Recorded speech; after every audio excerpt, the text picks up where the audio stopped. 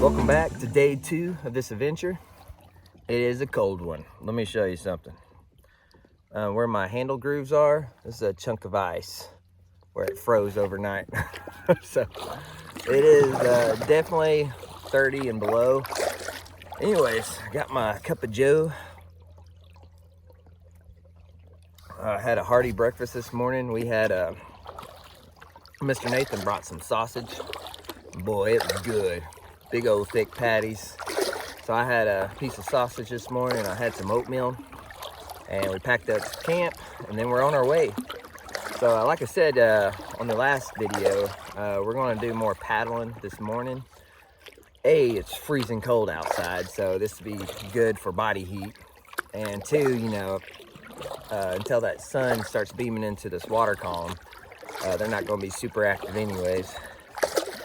But so far so good. It's just been mainly shallow water. It hasn't been too deep, so we haven't really passed over any good holes yet. The average depth this section so far has been about 2 feet.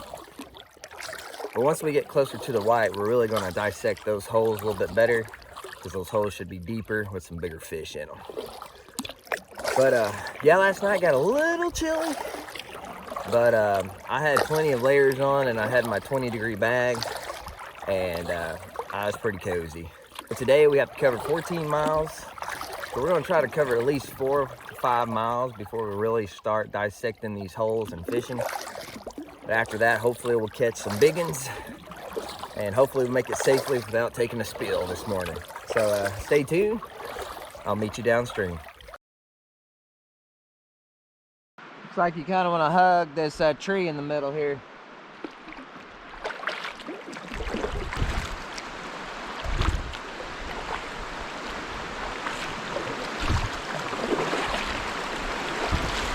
There's a rock right here.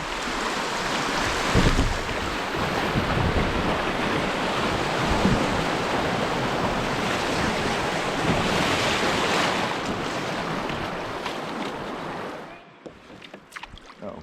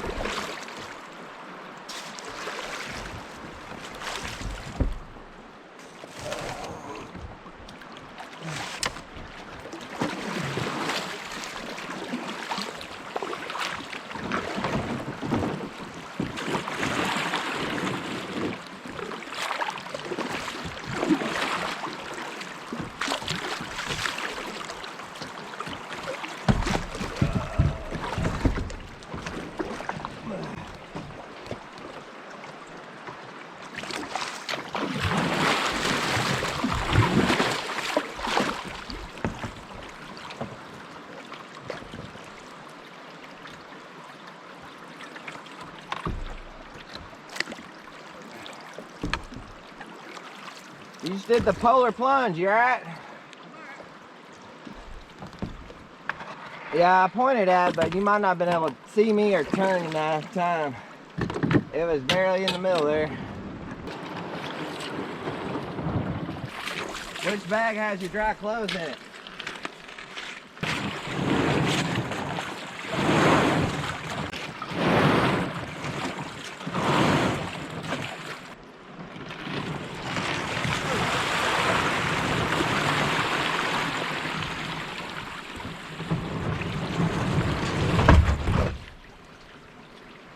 Yeah, you had everything strapped good. I just heard Eric and I turned back. I thought maybe you caught a big fish out of that hole there or something. I was like, yeah, get. Oh, like, oh no, he's out of the canoe. Never mind. I was getting all excited for you, but the wrong excitement.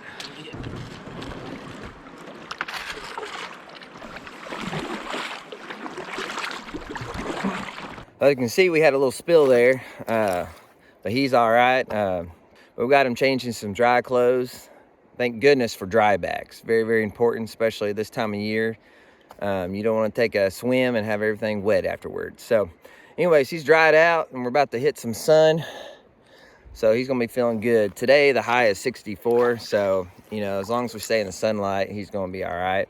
So that's just a good reminder. It's always safer to go with someone else that can catch your stuff and help you flip over a canoe and all that. So when you're kayaking, especially during these colder months, always take a buddy with you.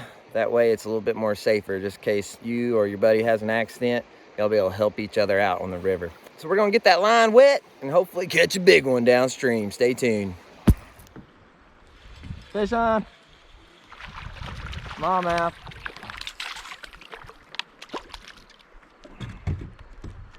Swim bait.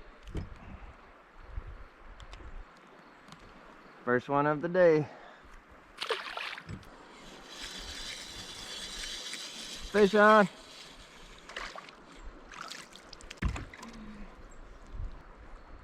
Dink fest today. Go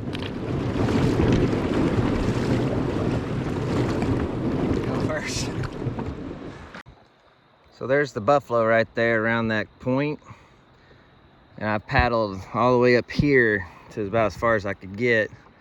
But the White River splits right here. And that's Riley's over there that we need to get to. So if we were to go right, we would have missed it by a long shot. So I highly recommend if you do this, especially if the river's up, to go down to Dillard's Ferry. Probably be way easier than cutting across right here to Riley's. It's just kind of, you got this huge island that's in the way. But if the water's up too, you might be able to paddle across a little easier and shoot the gap, but we didn't have much water to do that. So anyways, right now we're gonna hike to where the river splits right there and then float down to the dock and start loading up. All right, here goes nothing.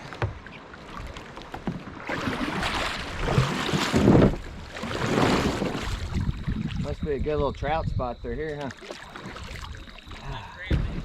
24 miles. That's been the longest kayak camping trip I've ever been on. The longest kayaking trip I've ever been on, period, actually. And I'd have to say it was pretty sweet. Probably one of my favorite trips. Not for fishing, by all means, but just for the overall experience and the miles and the scenery and all that. So I highly recommend this float, starting from Rush to the White River. So anyways, that's going to conclude this kayak camping trip. I hope you enjoyed today's venture. I hope to see you on the next adventure.